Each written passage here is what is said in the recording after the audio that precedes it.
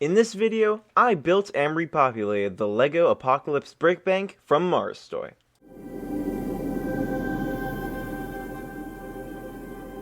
Hello my friends, I'm Marstoy, I'm back again, and today I'm building the Doomsday Bank. This is basically a LEGO knockoff version of the brick bank that LEGO made, so it's like a modular building, but it's been transformed into the zombie apocalypse.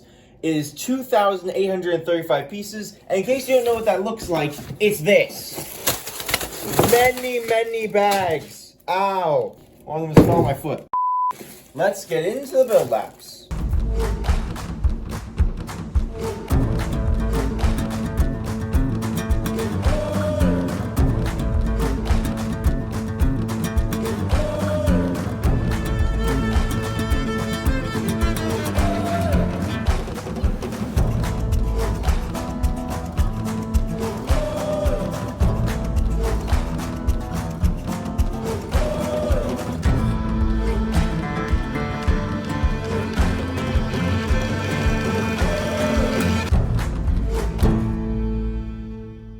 Hey guys, if you enjoyed the video, please like and subscribe, it helps me out a ton. Now, on with the show. Okay, so we've gotten this thing built. It took approximately 5 hours to build, but boy oh boy was it worth it. This thing looks amazing. First off, we've got a couple of extra parts. We have a sniper rifle with a little like clip-on thing. We have a hand grenade on a stick.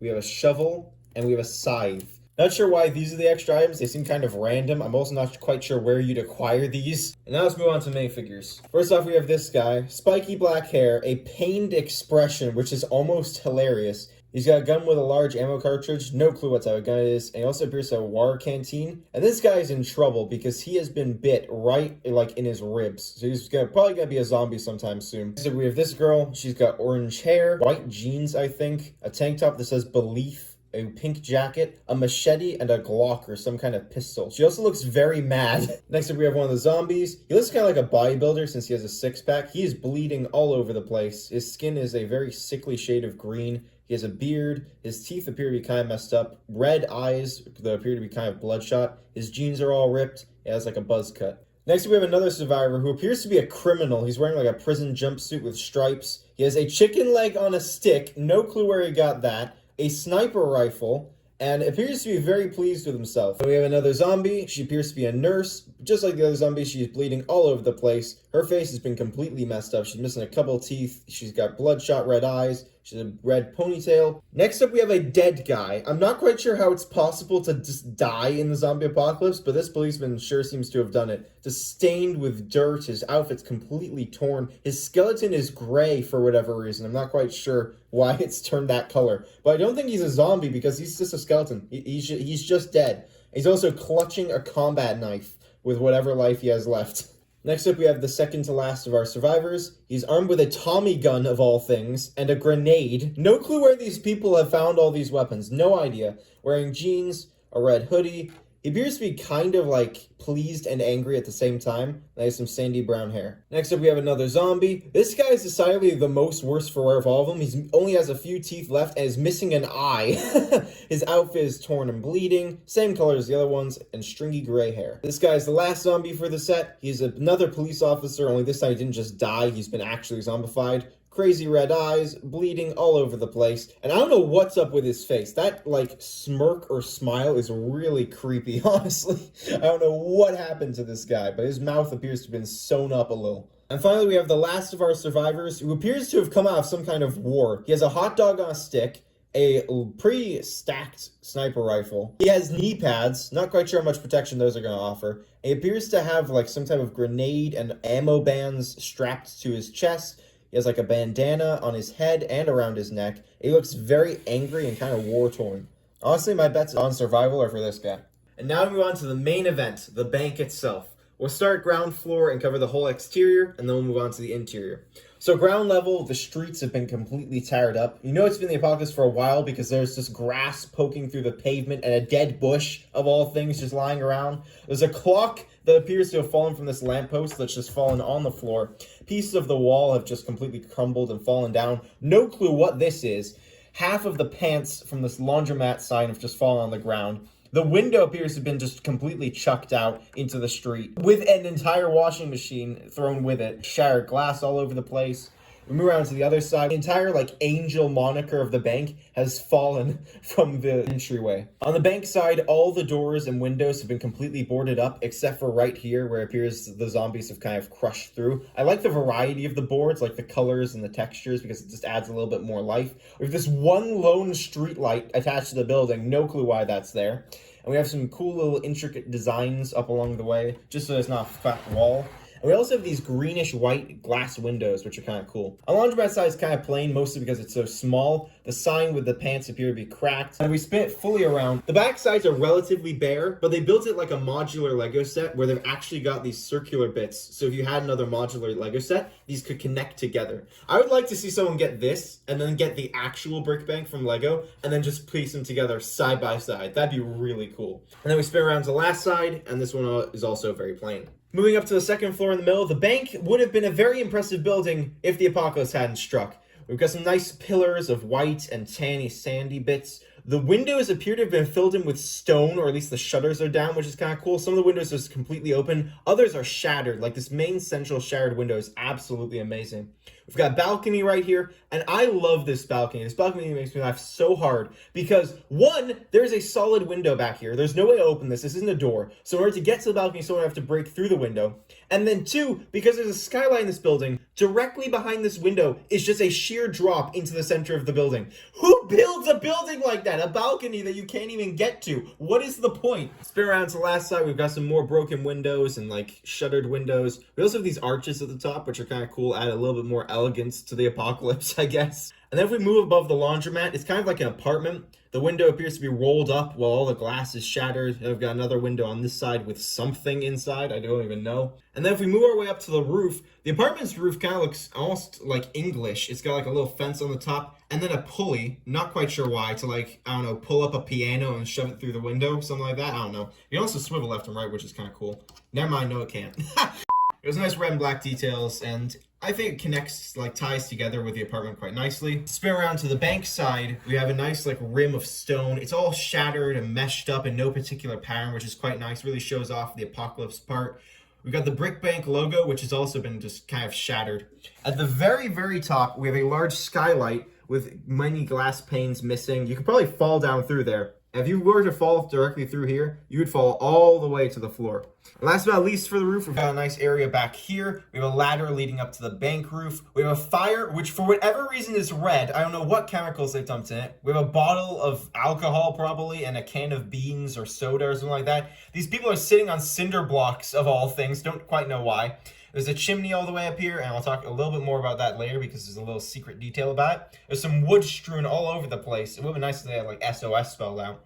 And then we have an entryway that leads inside the bank, which actually could function realistically because there's stairs all the way down. What's cool about this is that even though this is a knockoff set, the people who made this built it exactly like the actual modular set, which is that each layer can just come off really easily because it's mostly flat bricks with a couple of studs here and there just to hold it together. Down on the first floor, we'll start with the interior of the bank. You can see the chandelier that once hung from the ceiling, not quite sure how it hung if there's a skylight directly above it, has fallen completely to the floor. The bank teller's windows have lost everything. It's just vanished. I love the floor pattern and the fact that the grass has kind of been corrupting it. We've got a little bit of a curved staircase going up leading to the second floor. We have a door that leads behind the counters into the bank. The bank vault door has been completely torn off. There's a fire extinguisher lying on the ground. If we lift up this metal bar thing above it, you can see inside the bank vault where there's a hammer and saw and like a broken bench for you to sit on. There's also 2 doors for you to put money in. I'm not quite sure how the human hand could fit in there and actually do that. There's also, for whatever reason, a functioning cash register. I say functioning because you can grab this end and pull it out, kind of. Why? Why would you need this? It's just a tiny little drawer that shoves in and out. What's the purpose of that? What is the purpose of that? I don't understand. And the screen is cracked anyway. It wouldn't work. Then we have the chimney. And the cool feature about this chimney is this chimney lines up with a chimney on the second floor and the third floor. There's a flap at the very bottom of the chimney. So if a Mayfair were dropped down the chimney, it would drop right onto the roof of the bank vault. Or if this was flipped up, they drop right into the bank vault. And lastly, we have the inside of the laundromat. We have a nice linoleum floor, a wall of washing machines, and one of the washing machines is just fallen down in the center of the floor. We've also got like some windows. No clue where they came from. Moving on up to the second floor, you can see exactly what I meant here. The stairs from the first floor lead up to here, and then it wraps around to stairs up to the roof. And this is where the balcony is. How are you supposed to access that balcony? You just climb up on the rail, jump through the window, and then you're just stuck. What's the point of that? We walk around here, we have like an office with like a swivel chair, either a typewriter or a coffee machine, no idea. A nice lamp, some med kit or something like that, like first aid. We have a chimney which has a fireplace. Who has a fireplace on the second story of a building? And then whatever the heck this is, I have no idea what that thing is. If you have any idea, please tell me in the comment section down below. Then we have a doorway that leads into a kind of office. There are windows overlooking the drop from the skylight. The windows are completely shattered. We have 2 chairs and a bequeath, a piece of paper that says bequeath. So somebody was actively writing their will before this happened. They also had a green desk lamp and a picture of bamboo on the wall. Of all things, some of the details in this bank are so weird and strange, and I love them. And then I already fully showed you the roof, and that just clicks on like so. I absolutely love this thing. It was a lot of fun to build. I'm really happy with the finished product. And the reason why I got this was for 2 reasons. 1, I love cool, crazy buildings. 2, I love apocalyptic style things. And 3, I said 2 reasons, I'm adding another one. I hate displaying minifigures on base plates or just like out in the open. I prefer displaying minifigures in sets or in mocks or in some type of environment because then it looks like they actually belong. And this is perfect for displaying any minifigures that could possibly fit in an apocalyptic theme, which is more minifigures in my collection than you think. And today I have populated the abandoned Apocalypse Brick Bank. So a while ago I made a video where I built this massive thing, and since then I disliked it not having any life, no minifigures in it, no nothing. So I took it upon myself to populate this with as many apocalyptic survivors as I could. I was worried I might overpopulate and it looked too busy, and it does look very busy, but I think it looks good the way it is. So now I'm going to give you a tour of all the new stuff I've added. Starting on the floor, we have basically these like Black Ops military people scattered around the bottom level. So they're just kind of trying to like clear out the zombies, I guess, trying to get rid of them. So we've got this guy on the left here. He's armed with a rifle of some kind with a big mache raised over his head. So he's basically attacking this police zombie guy who's just kind of lunging at him. And if you look down here, there was a hole in the wooden wall in the Lego set. So I put a guy with a chainsaw like cutting through. He doesn't even know he's about to cut through a zombie. He's just trying to get out of the building. And you'll see why once we see the inside of this place. Then over here we have another like Black Ops trooper. He's armed with like a tactical bow. And he's trying to shoot this zombie over here, who's hiding behind a bush, so he must be smarter than the rest. While this guy is just completely unaware of anything that's going on. He's armed with like kind of like a rifle and these cool goggles and also a grenade. So he's just wandering around trying to spot more zombies, unaware that there's one directly behind him. We spin around, we've got another Black Ops trooper, but this time he's become a zombie, so they've lost one of their rank. If you look real close through the window here, if you zoom in, you might be able to see a little character in the background. We'll see who that person is in a moment, like once we get to the inside. But there's somebody back there. Moving up to the second floor, I don't know what compelled me to do this, probably this pulley, but I decided to dangle a corpse just out the window. So the rope goes in through the broken window, it's tied to the back of a swivel chair of all things. And it just goes up through this pulley, and then attached to a chain, which goes around the skeleton's neck.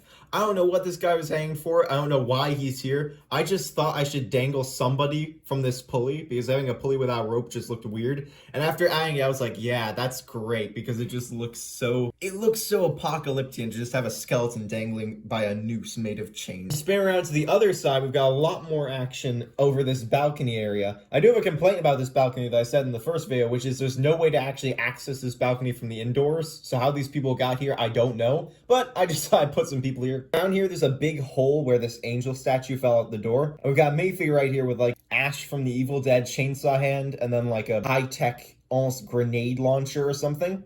And this Mayfigure, you might recognize him. I'll give you a hint. He is one of the YouTuber minifigures I made a while ago. You still recognize him? Scroll through those shorts and you might figure it out. For whatever reason, this Mayfigure looks like he belongs in the apocalypse, especially crouched up here, just looking down, trying to find a way down from this ledge without getting attacked by a zombie.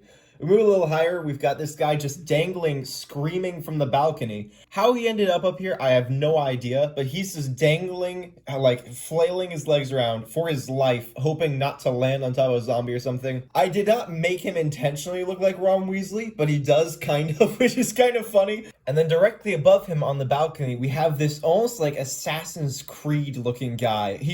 Again, I did not mean to make these characters look the way they do. I just built them and thought they looked cool. But here he is. So we got this Assassin's Creed looking dude who's looks like he's about to jump off the balcony with these two, like one Egyptian hook blade and another like big curved sword. I have no clue what his intention is or what he's doing, but he's just jumping off this balcony or about to for whatever reason. I just thought that dynamic pose looked really cool, even though it's completely nonsensical that he's jumping from the second story of a building to the floor where there's a bunch of zombies. It's kind of stupid when you really think about it. And moving up to the roof, which is decidedly the most populated area. A zombie police officer over here. And then we have, I guess, a delinquent. I don't know. He's just wearing a sweater and a hood. I'm not quite sure what you call him. He's got on some green goggles from the Doc Ock figure. He's armed with this machine gun type thing. And he's got this fireman's axe just dangling by him. I don't know. He seems like the kind of like just random punk who just wants to kill zombies for the fun of it.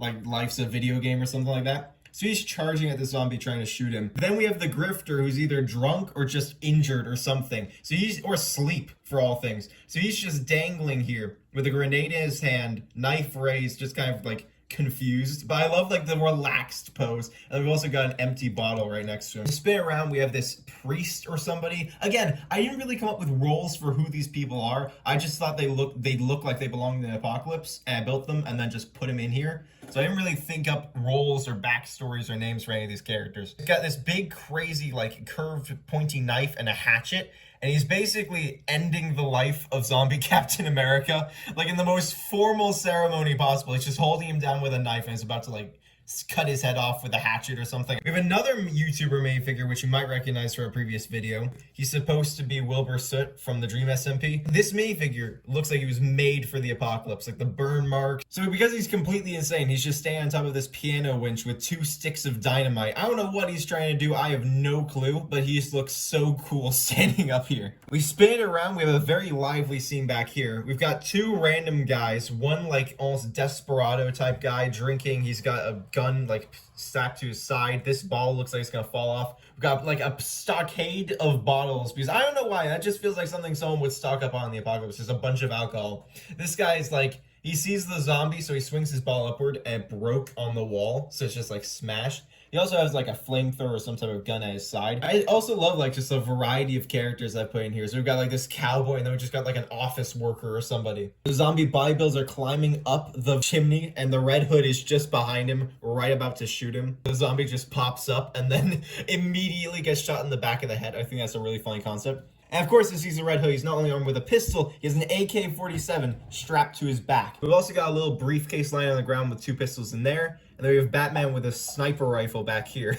And another empty ball lying down there. And the last guy on the roof is this guy. I don't know who he's supposed to be. Maybe he's like sticking with the DC. He's like what Dick Grayson became after the apocalypse. I don't know. But he's armed with a bow and a shuriken. And he's basically like the leader. He's trying to boss everybody around. Stop messing around. We need to get somewhere, get resources to somebody. He's like trying to bring some order to this complete mesh of chaos. If we rip the roof off, it's gonna be kind of difficult thanks to the skeleton man. I have filled the second floor with the Ghostbusters. I got these minifigures from Marstoy a while ago, and I thought it would be funny to have them like exploring this rickety building, like just absolutely destroyed. I thought that makes sense because it seems like a place where there would be a ghost. And it's just a little Easter egg because from the outside you can barely see him. You can see Peter Venkman through the stairwell, and you can see maybe some of the other characters through the windows, but not very well. So you got Peter Venkman running up the stairs like, oh, I'm out of here. I'm done. We've got Zed and Egon. Egon's like calling Ray for backup. Ray's standing in this like office over here, and there's a chair with the rope is tied to that's dangling the skeleton. We've got Zombie right here, which Winston is trying to shoot. But it's just like, these guys are prepared to fight ghosts, not zombies, so they're all quite afraid, and they have no clue what to do. But I just thought it was funny to fill the second floor with a little Easter egg, a little Ghostbusters scene.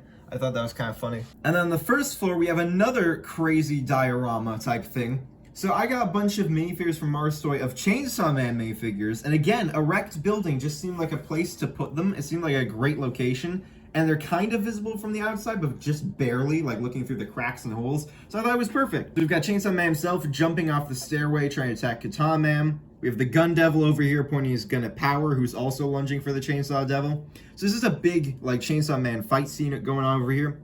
The guy who's chainsawing through the wood is down here. So basically, like, the little scene here is that the chandelier fell somehow and is crushing his leg. So he's just trying to, like, chainsaw his way out, get out of the building so he can get his legs out from under it.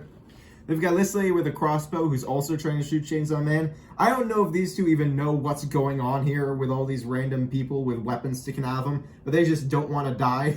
So they're just like, oh, there's another random thing in the apocalypse. And last but not least, the little Easter egg I have in the laundry shop is I put a minifigure of Logan or Wolverine. He's just wearing jeans, a sweatshirt, and he's got dog tags. So he's just standing on top of a washing machine or a window or something, just hunched in there. You can kind of see him from the front of the shop if you look really closely with the roof on, but it's dark, so it's kind of hard to see. So again, just another little Easter egg, and that's the whole building. I hope you guys enjoyed this video, and I'll catch you next time. Sayonara. Ayonara.